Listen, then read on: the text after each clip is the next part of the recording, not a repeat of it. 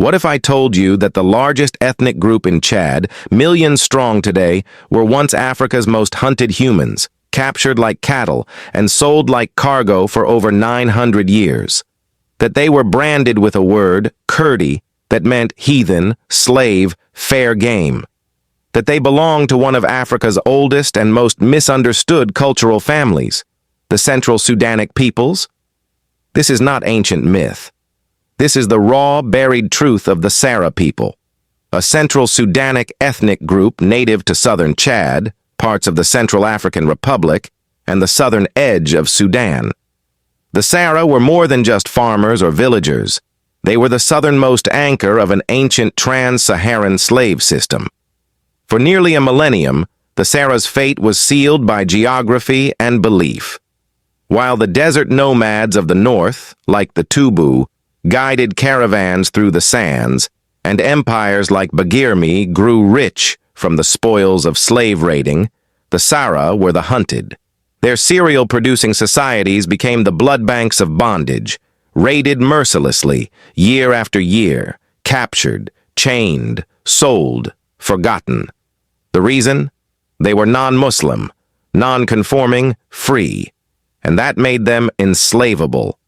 Their tormentors, the Muslim states of the Sahel, didn't even see them as people.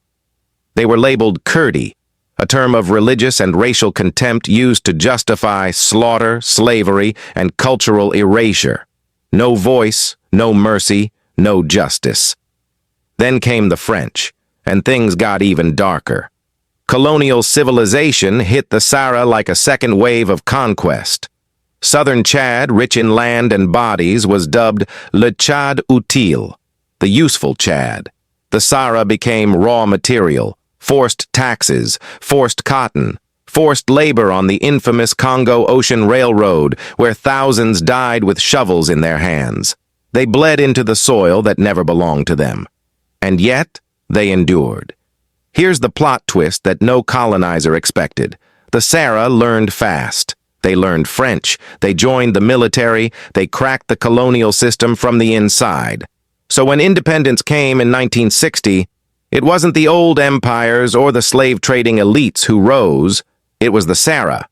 The once enslaved now stood at the helm of a nation, from chained bodies to commanders, from hunted villages to national power. But history's revenge has a long memory. Tensions with the Muslim North, once the slave-raiding heartlands, ignited into cycles of war, rebellion, and vengeance. The Sara, for all their rise, never truly escaped the shadow of being Kirdi. And the question still hangs in the air. Can a people build a future when their past has never been reckoned with? This is not just the story of the Sara. This is the story of Africa's silent strength. The story of a Central Sudanic people who refused to be erased. And now, the world must remember them.